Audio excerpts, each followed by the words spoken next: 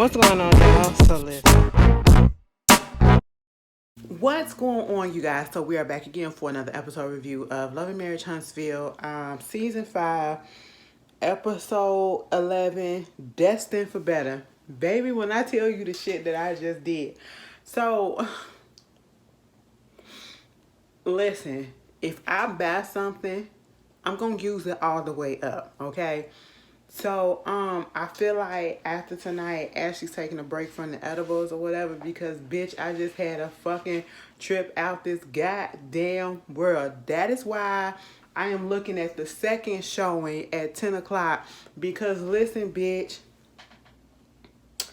it was probably around 4 or 5 something that I ate an edible, right? And usually, now see, I think I did it to myself. Usually I do half of it and I'll be like, you know what? I don't really feel that much. And I think subconsciously, that's what I was telling myself. And so I said, fuck it. And I just wound up taking the whole thing. It was like a Rice Krispie treat, a regular Rice Krispie treat. Baby. I probably felt that bitch around 6 something. I tried to get up and I just noticed that my head was just really, I said, what the fuck? Girl, I tried to get up and I walked in and everything. Baby, when I tell you this shit hit me so fucking hard, I ain't never felt it like this, bitch. I thought I was up in here about to die. I really thought I was up in here about to die, bitch. No more. Not now. Okay, I'm gonna have to give that shit a fucking rest, bitch. Mom, I'm up in here shaking and shit. I said, wait a minute, it's the heat on? Girl, I'm all over the place. I'm shaking. I'm dizzy. And, bitch, I'm up here. Girl, it was just a fucking mess. So I had to wait, bitch, and I was about to panic too, which would have made it worse. I had to just let that shit roll past. And baby, it's finally rolled on past. I said, bitch, I'm still a little bit, but I'm good. I'm back to how I usually be. I said, what the fuck was that? I said, oh my God, am I overdosing? No, bitch, you just took a little bit more than you used to. That's it. Anyway, Love and Marriage Huntsville, girl, it ain't shit so far. You got Mel. She's going to meet up with Destiny and Stormy. You know, not Destiny. Tiffany, who is over there at Stormy's little photo shoot for her product, you know, Canvas Beauty or whatever. And so, you know, she's got all these models. She's doing the hair thing, whatever, because that's what she do. She do hair product, beauty product, stuff like that. So she's making sure she get the models done. Tiffany is a part of it. She wants Tiffany to be a model. I said, you know what? I mean, y'all got to incorporate the girl into the show some type of way. Okay, so let's all of a sudden everybody be friends. And, you know, we put her up in there and make it seem like she worth something. I'm just saying, bitch, they said, Tiffany, you got to earn this check, at least a little bit of dollars. You know what I'm saying? So at this point, Mel comes in there. And I ain't gonna lie, Tiffany looked nice. She looked decent or whatever. Because Mel was like, oh my God, look at you. Look at you. I said, look at her. We're looking. Okay. It wasn't nothing that off the chart. Anyway, let me stop. Tiffany make me do it to her like that every time. And she don't even be doing shit half the time. She's just one of those persons. So, yeah, they all hype this shit. They go sit down and they go talk about, you know, the Canvas Beauty and everything that's going on with that. That's great. Talking about the last time, because Tiffany said the last time we seen you was at the whatever situation, you know, when all of them, the peace party, okay? You know, and they was thanking Stormy about that. You know, that was like one of the better parties and stuff or whatever. And so, you know, we get into that, and somehow we get into the conversation about Mel going to see Destiny.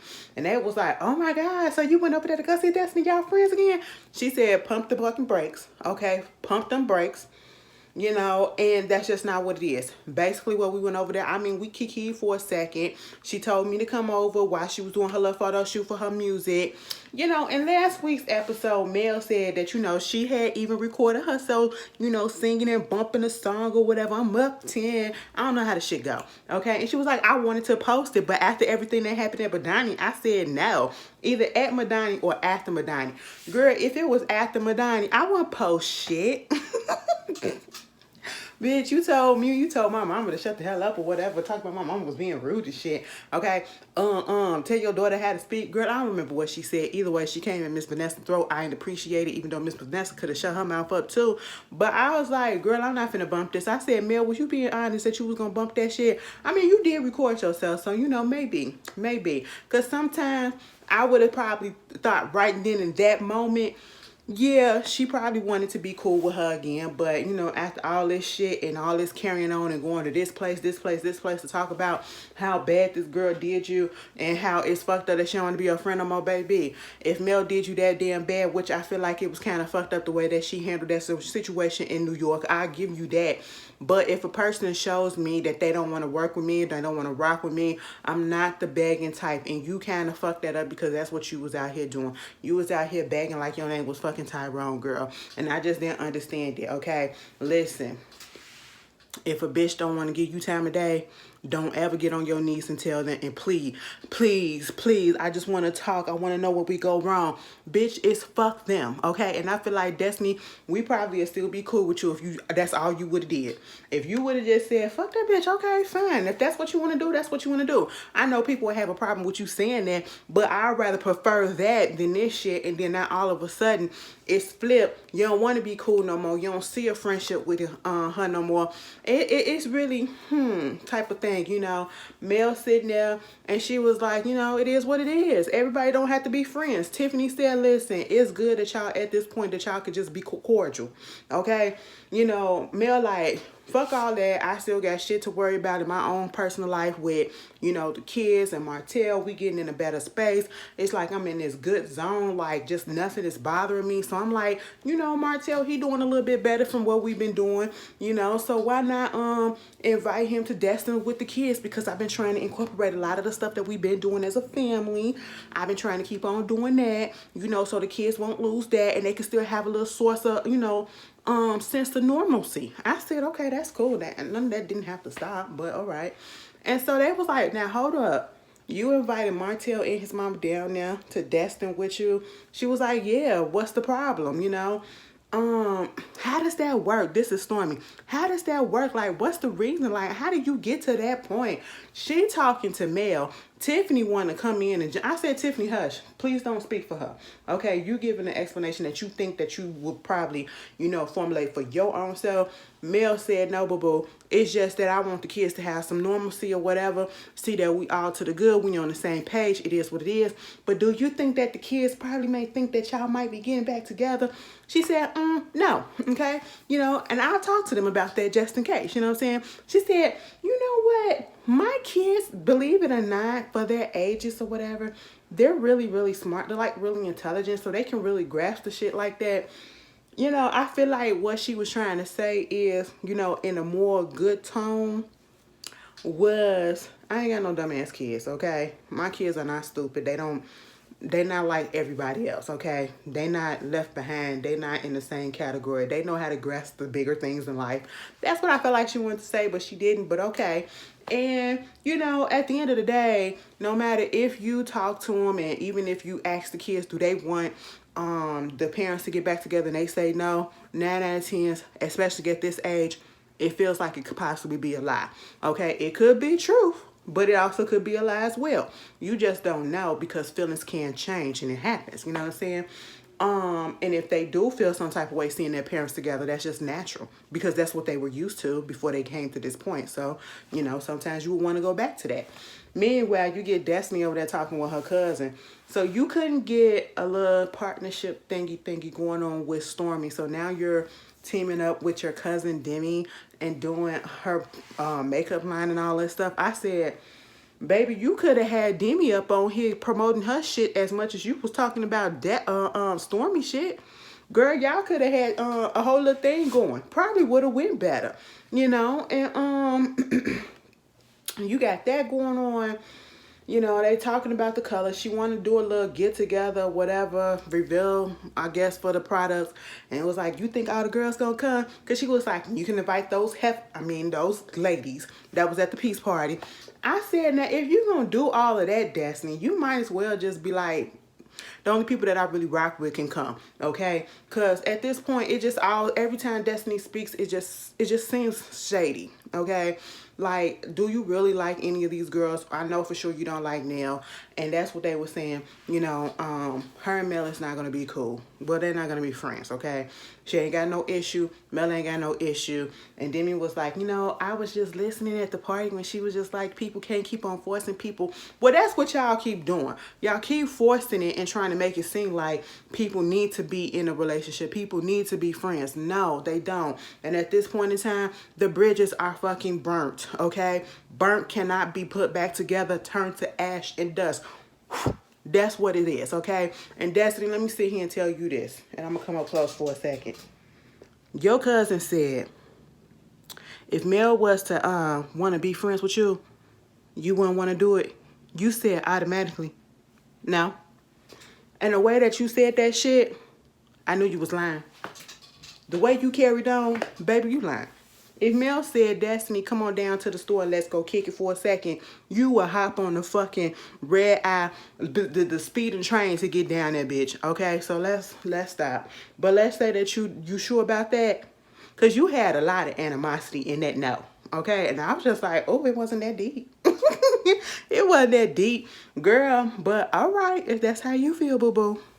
So, Melody is getting ready with the kids to go to Destin. Her mother comes over, and their conversation, every time, their conversations be blowing me out because I don't even, you know, you don't want to always say, is it scripted or whatever? But, you know, sometimes when certain people speak, they speak and they talk as if they are reading from a script. And that's what her mama sound like sometimes to me. Maybe it's because I'm a little high. I don't know. But it does, okay? And basically when Mel wound up telling her that Martell and her his mama is coming on the trip, you know, Miss Vanessa was all smiles, and then that mouth and that face dropped, okay? She was like, what? Because that's the last time she saw Martell mama was at the divorce, after the divorce or when the divorce happened or whatever. And so she was like, yeah, we decided to sit down and talk or whatever. And I said, okay. Mel basically said her and Martell is in a good enough space for them to be around each other. You know, she want to implement boundaries and everything. This is good for the kids. You know, Vanessa was just saying, yeah, this seems like, you know, this is some little normalcy or whatever for the kids and all that stuff. That's what we thinking about. Similar things that Martell mother was saying at the same time. You have to think about the kids, you know, because Martell is glad that they can do this. You know, if for right now, it just seems like everybody is walking on eggshells.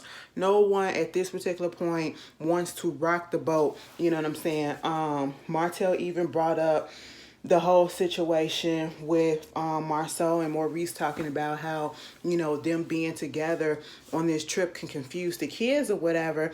And of course, Martell doesn't agree with that. And he even asked his mom, and his mom said, y'all got to sit down and y'all got to talk to the kids. That's just all that it is. And truth be told, that is all that it is. But at the same time, you can tell your kids or you can tell somebody that this is not happening, this is not happening, and they still feel a type of way about it, you know. It's only natural.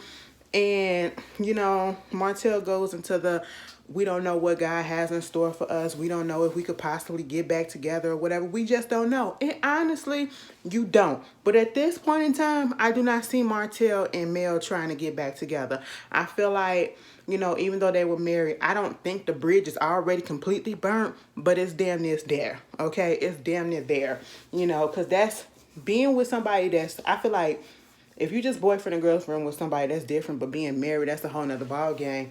So I feel like it's deeper emotions, deeper feelings, deeper situations and things going on, you know. So I ain't going to say it's not a possibility that they won't get back together. It definitely is. It definitely can be, you know, depending on how they are. Everybody is on board. You know, I did not like the fact that Miss Vanessa asked Mel, so you gonna have a talk with Martell, you gonna bring up what this stuff or whatever. She said, girl, no.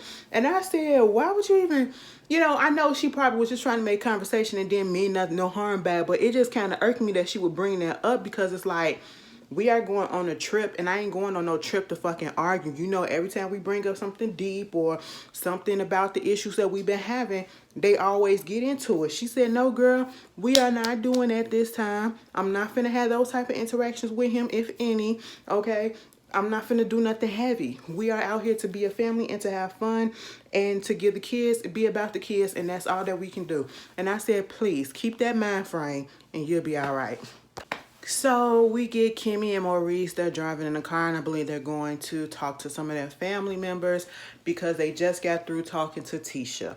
So the way that this is edited is basically, it seems like no, they're not. Let me take that back. She's not coming back from talking to Letitia. She's coming back from her first session of chemotherapy. I think she said she had like 16 or 17 more to go. Well, it was 17 altogether. She got 16 left, or 16, and then got 15 left. Y'all do the math, you know which one. But I'm pretty sure she said she got like 16 left. And basically 20 weeks of treatment, you know.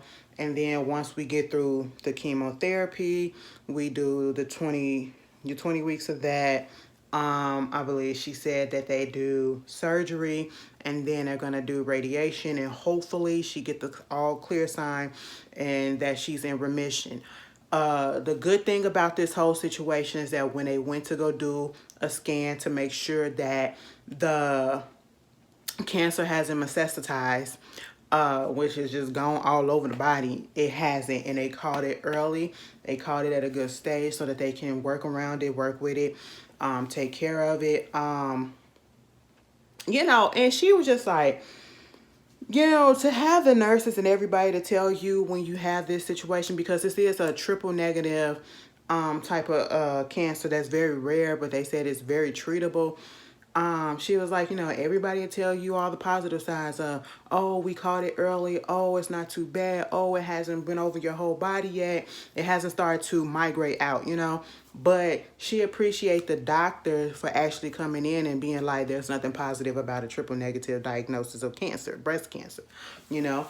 And so it's like, and I get that, because what they were saying, and I understood too, like when people tell you stuff like that, you know, you're thinking, sometimes your mind probably do go to, oh, I got this, I'll be all right, it ain't nothing, it's cool, it is what it is, you know what I'm saying? But in reality, you do have to go through a whole bunch of stuff to get to the, oh, I'll be all right stage, you know what I'm saying? The chemo, the radiation, possible surgery, you know, possible more chemo. And if you have never seen somebody on chemo, oh my God, and the shit that they got to go through, it's just a lot. It's a lot. You know, so I understood that, but sometimes you got to give hope, because and people give you that hope and tell you that positive stuff and try to tell you more positive things about somewhat negative situation, because it's a life or death in some people cases, mostly just so that they can try somewhat, I guess, to keep their spirit up, because, you know, you have to keep that positive mind frame, because that helps with the healing as well, or that helps you to like get through it, you know, so that you won't be so depressed about it, because of course it's going to make you sad, you know, but you just don't want to be in that state for long and making it seem like you can't do nothing and your life is just gone away. So I feel like that's why they get them that. You know, so she got to deal with that. And baby, they said all of this happened over the past 2 weeks. Found the lumps, got the doctor's appointment, got the test going, and got the biopsy, got the results, and now they going to go tell people what's going on. And I said, oh, Lord, that's a lot. Meanwhile, Melody and the kids are getting ready to go to Destin. She said, listen, it's a 5-hour drive, but it's going to be 6 hours, because you got these kids talking all at the mouth, asking all these questions. When we go in here, who are going to be there, how long it's going to be, you know. And so, you know, she was asking them questions. Are you happy to be gone to Destin? Yeah, we're happy. What is your favorite memory of Destin? One of the little girls said, Daddy up in his shorts with the flowers on it. Mel was like, okay. I said, wait a minute, what was that? Betty, you hating on the little girl? No, I know she nice, just playing. I was like, girl, what was that? You know, she was like, oh, okay. You know, I think one of the kids said just all of them being together, and then not Destiny, but Melody said, you know, it was the kids making the sand castles or whatever, and they was just really happy about that, and, you know, finding out that they got golf carts and all that stuff. You know, she's just trying to make it a pleasant experience for the kids, and that's understandable. So, yeah, Kimmy, she goes over to her parents' house, I believe. So basically what was going on was Kimmy's parents was coming down there to Atlanta, wrong city, coming to Huntsville to live because, you know, they're in their later stages of life, and she was supposed to have her mom come down there so that she can take care of her mom. But now she's like, it's crazy how the tables are turned because she's down here because now she has to take care of Kimmy somewhat. And she was like, it's just so crazy how this all lined up at the same time. They were already in the books for them to come down around that time, and then she also got this diagnosis, and you know, just telling them how it was. And I'm gonna just say this: Kimmy is a strong woman.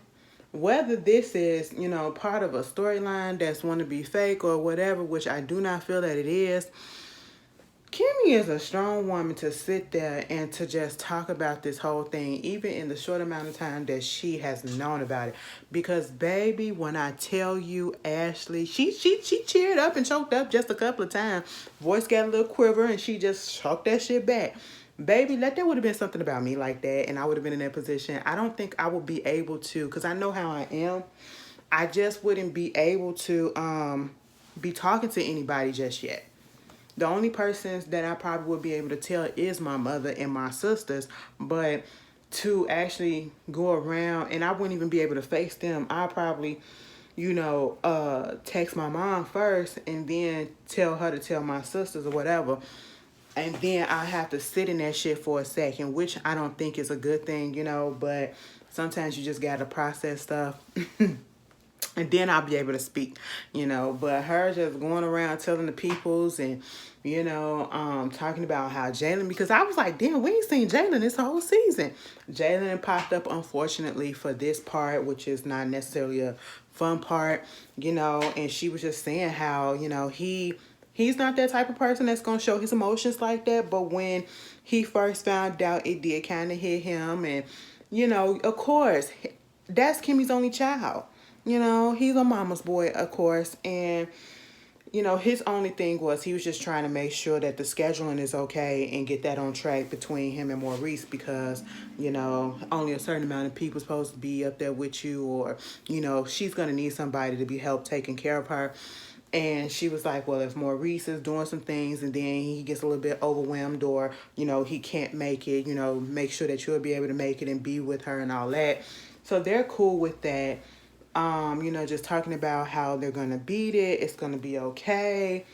You know, and just, she's just, to be honest, she was being more positive than anybody. And baby, like I said, you got to have that positivity so that if you think you're going to be okay, you're going to be okay.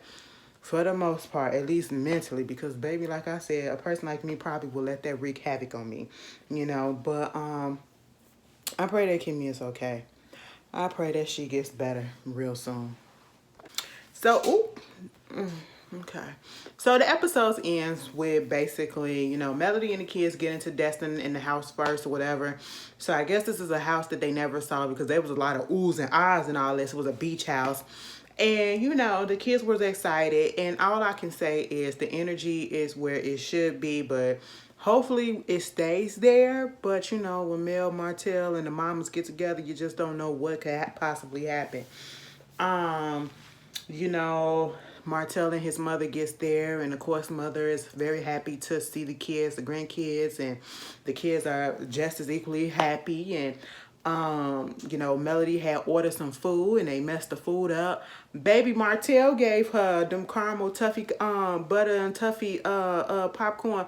My mama used to eat those all the time. I think that's really my mama's favorite snack. The one that he got her, the caramel. She wanted the toffee or whatever, but they didn't have none. So, you know, he got her a little substitution. She went in turn, went and got his favorite food, or at least ordered the favorite food that he liked. You know, sausage and pepperoni pizza, okay? and some lemon pepper wings. Baby, they gave her some plain wings and a sausage pizza and a pepperoni pizza. Mama was pissed, okay? Mama was pissed. I just feel like probably she just wanted everything to go well, because I said, girl, calm down. Now with them wings, were they nasty? Because if they was nasty for real, just throw a little bit of ranch on them, you know, put a little bit of hot sauce on them or whatever. Because she was supposed to get some hot wings in there too, but then again, they probably didn't have none because that's not their house. And the shelf that she ordered, you know, they're not coming until the next day. And her mama not coming to the next day too, so they just asked out for the moment. Martell was like, it's cute or whatever that she's still trying to get my order right. And he was like, listen, I eat what type of pizza, whatever type of pizza it is. I said, yeah, girl, fuck that. Get them kids some damn wings. They'll be all right. He'll be all right. Like you said later, you know, he got a free trip. And when I heard that, I said, you know, she felt like it sounded like she was in her feelings a little bit, but she went to talk to him, and when they were just talking about which rooms, and, you know, he wanted to sleep on the floor with the kids, and she was like, you up here doing all of this for sleeping on the floor with the kids, like, just be good that you got a free trip here, and you ain't got to do that. I said, calm down, we ain't got to go through all that in the confessionals, you know what I'm saying? I don't think it was really that deep, but basically everything is okay for right now. That's just all to it, you know. He had a little conversation with his mom saying that the energy is okay. It almost seems like old times, but hopefully that the kids know that we are not getting back together. Melody was telling the kids that as well, you know, and he was like, I mean, I want to get back. I said, you want to what? Girl, he want to get back with Mel. We already knew that, but unless he still with Sharice, I still don't see that shit happening anytime soon. Especially after all the shit that went down after this shit was filmed. But anyway, that was Love and Marriage Huntsville. He gonna invite Marceau and Tisha out there for the next day, bitch. I would have been Melody in that fucking preview. Melody was just looking like the fuck what, and then paying them bitches ghosts, especially Tisha. Y'all two together in the same house. It's giving me the feel of the old Mel and Martell that we used to and that we really like. I said, girl, what? I was looking at her too, like, Mel was looking like.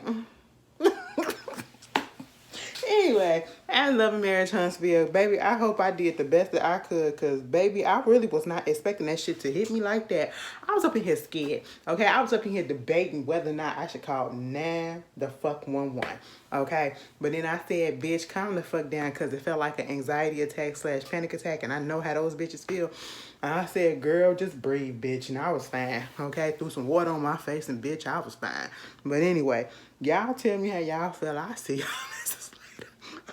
Peace.